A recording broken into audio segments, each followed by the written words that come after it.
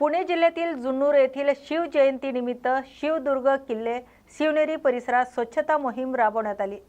शंकरराव बुट्टे पाटील विद्यालय जुन्नर आणि मराठा सेवा संघ जुन्नर यांच्या संयुक्त विद्यमाने 20 फेब्रुवारी 2026 रोजी हा उपक्रम पार पडला। युनेस्को वारसा स्थळाचा दर्जा टिकवण्यासाठी स्वच्छतेचे महत्त्व लक्षात घेऊन मोहीम आयोजित करण्यात आली होती। इयत्ता 9वीतील 58 विद्यार्थ्यांनी शिक्षक सतीश गायकवाड यांच्या मार्गदर्शनाखाली किल्ले शिवनेरी परिसरात स्वच्छता करत प्लास्टिक बाटल्या, काच आणि इतर कचरा गोळा केला। सुमारे 20 पोती कचरा संकलित करून नगर परिषद जुन्नर यांच्या कचरा वाहनाद्वारे विल्हेवाट लावण्यात आली। या मोहिमेस मराठा सेवा संघाचे सहकार्य लाभले। या बातमीचा आढावा घेतलाय जुन्नर तालुका प्रतिनिधी सचिन भंडारी यांनी। पिंपरी चिंचवड शहरात महिलांच्या गळ्यातील दागिने हिसकावण्याच्या घटनांमध्ये सहभागी असलेल्या बीडमधील सराईत टोळीचा पिंपरी चिंचवड पोलिसांनी पर्दाफाश केला। मालमत्ता गुन्हे विरोधी पथकाने केलेल्या कार्यवाहीत संबंधित आरोपींना अटक करण्यात आली असून 5,60,000 रुपयाचा मुद्देमाल जप्त करण्यात आला। या कार्यवाहीमुळे शहरात घडलेले चेन स्नॅचिंगचे 4 गुन्हे उघडकीस आल्याची माहिती पोलिसांकडून देण्यात आली। या बातमीचा आढावा घेतलाय पुणे जिल्हा हवेली तालुका प्रतिनिधी लहू लांडे यांनी।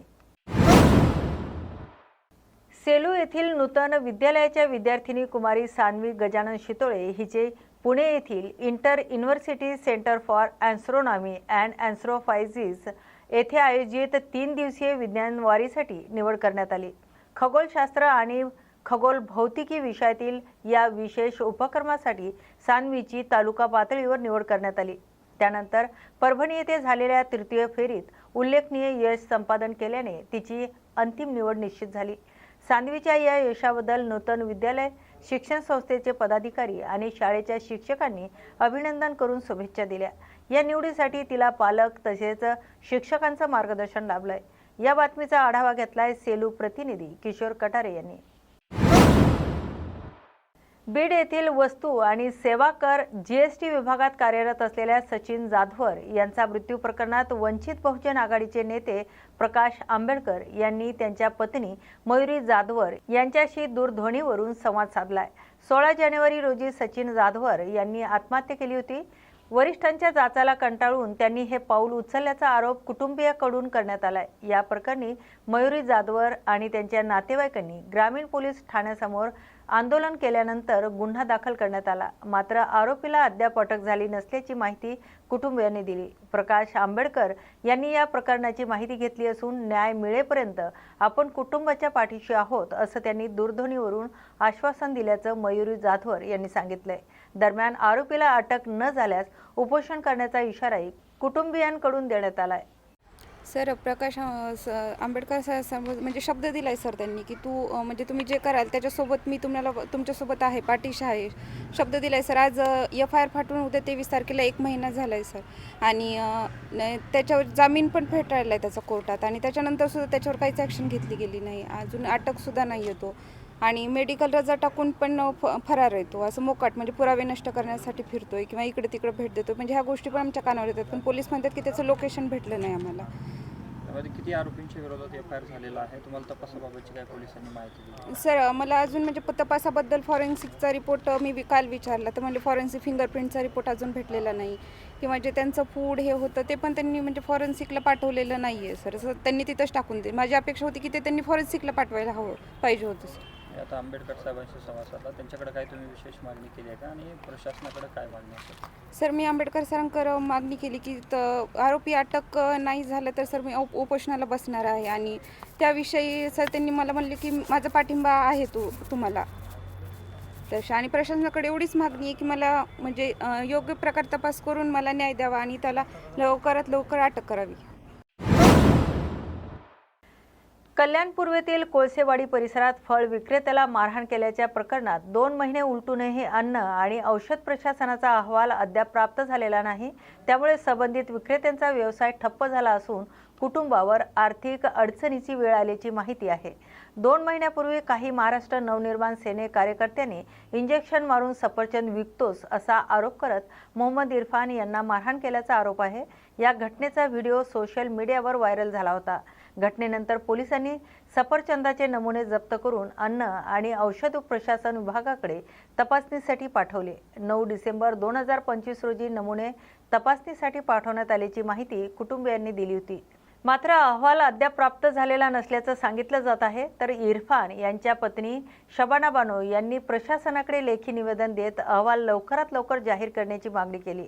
अहवाल आल्यानंतर सोशल मीडियावरील व्हिडिओ हटवणे आणि संबंधितांवर कारवाईसाठी मदत होईल असं त्यांनी नमूद केलंय.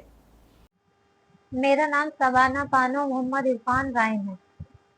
मेरे पति फ्रूट का धंधा करते हैं और 2 महीना पहले कुलसेवाड़ी में सेब बेच रहे थे, तो कुछ लोग, एक ग्राहक आया लेके गया, ग्राहक बनकर वो आए थे और लिए, बोले जो है जब स्कैनर किए तो उस पे नाम आया, तो बोले तो तेरा नाम क्या है, तो बोले इरफान है। बोले तू मुस्लिम है क्या, तो बोले हाँ मैं मुस्लिम हूँ। फिर वो वैसे ही वो आदमी चले गया और उसके बाद कुछ लोग को जमा करके ले आया, उन लोग मारे मेरे पति को और बोले तू जहर का इंजेक्शन लगाकर ये एप्पल बेच रहा है।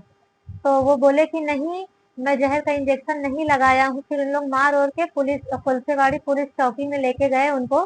फिर पुलिस ने हम लोग को छोड़ दिया, मेरे पति को, और बोले तुम्हारे ऊपर कोई केस नहीं बनता है।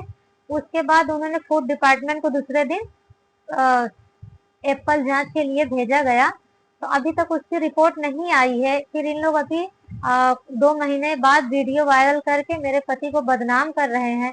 मेरा पति एकदम मेंटली, उनको मतलब दिमाग से एकदम सोच रहे हैं कि मेरी बदनामी इतनी हो रही है और वो बहुत परेशान है और ऐसा ही रहेगा तो हमारा कमाना खाना मुश्किल हो जाएगा। मेरा एक बच्चा हैंडीकैप है, एक बच्चा पढ़ रहा है। मैं यही चाहती हूँ कि हमारे साथ इंसाफ हो, क्योंकि जो है हम लोग बहुत ज्यादा परेशान हैं। और मैंने लैब में टेस्टिंग का दिया हुआ है, ये लैब में एप्लीकेशन दिया हुआ है, ये लैब में एप्लीकेशन दिया हुआ है कि हमको रिपोर्ट जल्दी दो। और ये उन लोग ने जब चौकी में हम लोग को लेके गया था, जब का है, पुलिस ने हम लोग को छोड़ दिया था बेकसूर करके। और ये अभी मैंने 18 तारीख को एप्लीकेशन पुलिस में दिया है, जब वो वीडियो वायरल हुआ है। हम लोग की बदनामी बहुत हो चुकी है, इसकी वजह से हम लोग ने पुलिस में ये एप्लीकेशन दिया हुआ है।